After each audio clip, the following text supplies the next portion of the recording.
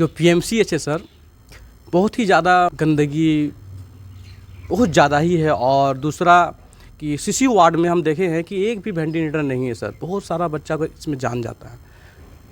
Sir इस पर आपका क्या कहना है? धनबाद में सबसे बड़ा जो समस्या है ये है प्रदूषण, और दूसरा सबसे बड़ा समस्या है पानी, और तीसरा सबसे बड़ा समस्या है आपको जाके ट्रैफिक बहुत ही ज़्यादा प्रॉब्लम है। सर इस पर आपको क्या कहना है? अपना पूरा परिचय मेरे दर्शक को दें आप। सर मेरा ये सवाल है कि ये जो 14 नंबर वार्ड है, इसमें फ़िलहाल आप एक समाज सेवी हैं, तो सबसे बड़ा समस्या क्या है ये 14 नंबर वार्ड में? मेरे साथ है समाज सेवी एजाज अली जी।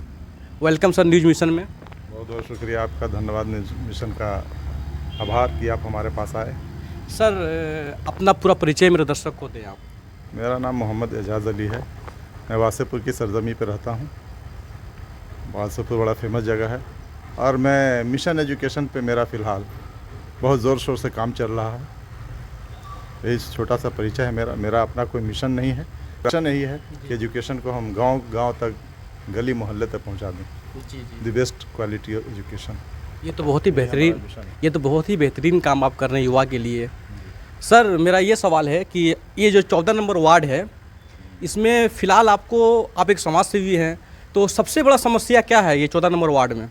देखिए, समस्याएं बहुत सारी हैं, लेकिन फ़िलहाल जो बड़ी समस्या जो मुझे दिख रहा है कि अभी एक नया ओवरब्रिज बनने जा रहा है, जिसमें गरीब गुरबे लोग, रोज़ कमाने खाने वाले लोग उसमें रहते हैं। लगभग 100 से ऊपर घर परिवार उजड़ जाएगा। यही समस्या मुझको दिख रहा है। इसका समाधान कैसे हो, हम लोगों के यहाँ जो स्थानीय जनप्रतिनिधि हैं, लोग हैं, उनको मिलजुल कर उसके समाधान के लिए सोचना चाहिए। ये तो मतलब गुलजारबाग का बात कर रहे हैं ना आप, जो 120 से 150 घर को चिन्हित किया गया। जी जी सर।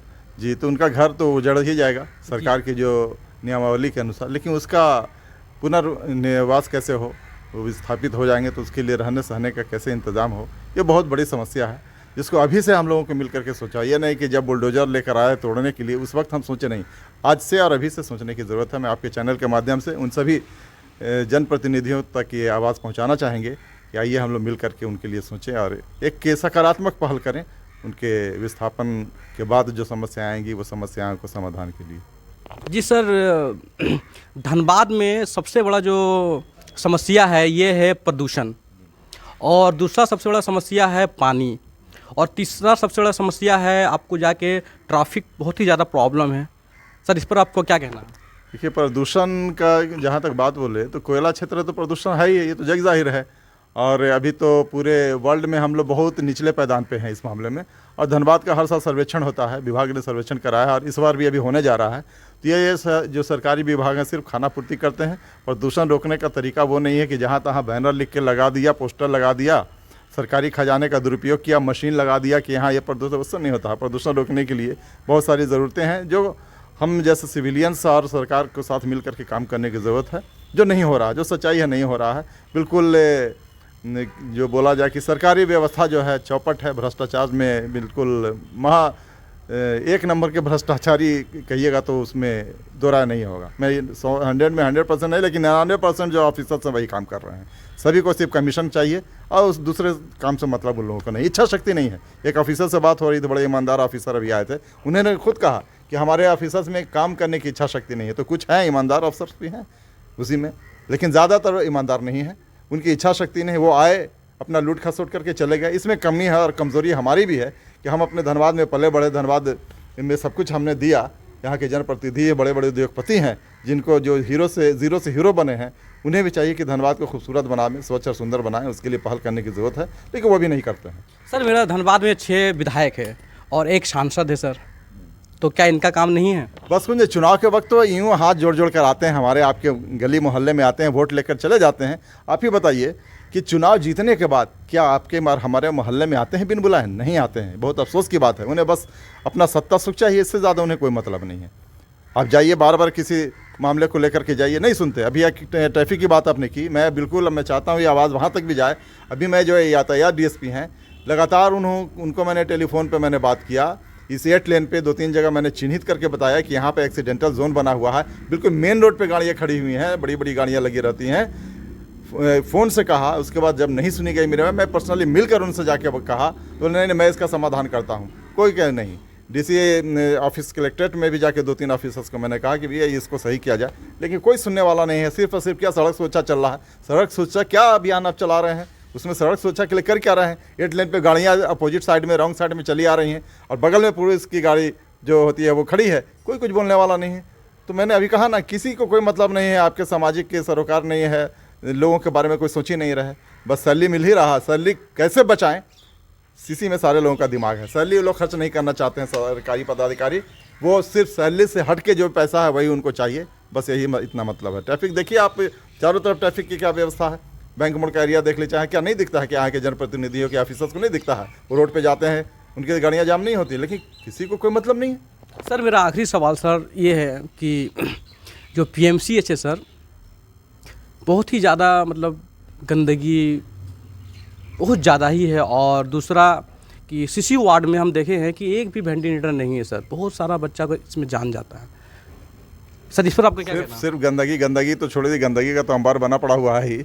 वहाँ हम आप जैसे लोग वहाँ इलाज कराने के लिए नहीं जाना चाहते हैं। वजह क्या है? कहते हैं, मैंने कई लोगों को बोला कि भाई जाओ वहाँ पे, बोलते नहीं वहाँ नहीं जाएं, वहाँ जाएंगे तो मर जाएंगे। तो पब्लिक के जहन में ये बातें क्यों आ गई कि सरकारी अस्पताल में जाने के बाद हम मर जाएंगे? इसका दोषी कौन है?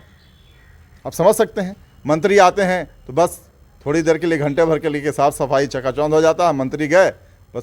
तो क्या रोज रोज मंत्री यहाँ पे आते रहे हैं क्या? एक मंत्री की सिर्फ शिशु वार्ड में सर एक भी वेंटिलेटर नहीं है सर। तो पैसा तो बहुत अथाह है ना, अरबों रुपया का यहाँ बिल्डिंग बन रहा है, सामान आके रखा हुआ पड़ा हुआ है, इसका दोषी क्यों कौन है?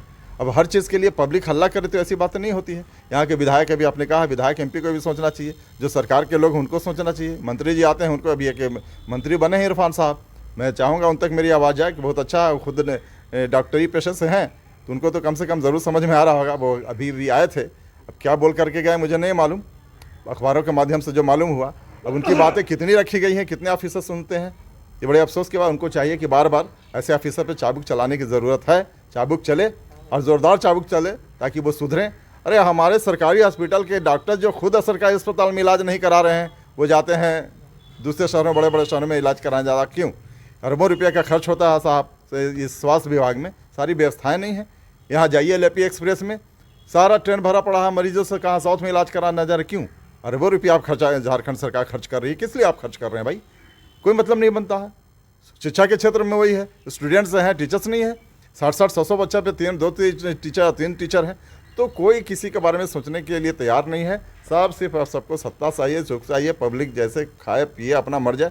सबको अपना अपना रोजी रोजगार कमा रहा है, बेचारा किसी तरीके से जीवन यापन कर रहा है। सरकार आपके लिए सोचने वाला नहीं है, अधिकारी पदाधिकारी सोचने वाला नहीं है। मैं इस चैनल के माध्यम से यहाँ के तमाम जो जनप्रतिनिधि है, जो सोशल वर्कर हैं, सोशल एक्टिविस्ट हैं, उन सबको एकजुट होना होगा और सरकार के साथ मिलकर। जी सर, ये मैं यही काम कर रहा हूँ सर। हाँ, मैं सर जितना भी धनबाद में समाज सेवी है, मैं सबके पास जा रहा हूँ और मैं अपना बात को रखूँगा।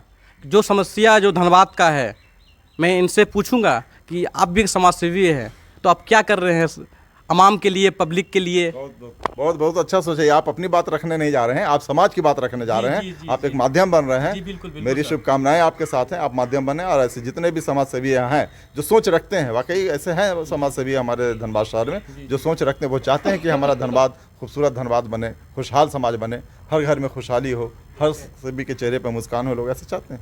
ऐसे ही एक ग्रुप बनाने की जरूरत है। मैं भी लगा हूँ, मैं भी आपके साथ सहयोगी के रूप में काम करूँगा। मुझे थैंक यू सर, शुक्रिया, बहुत बहुत शुक्रिया, धन्यवाद।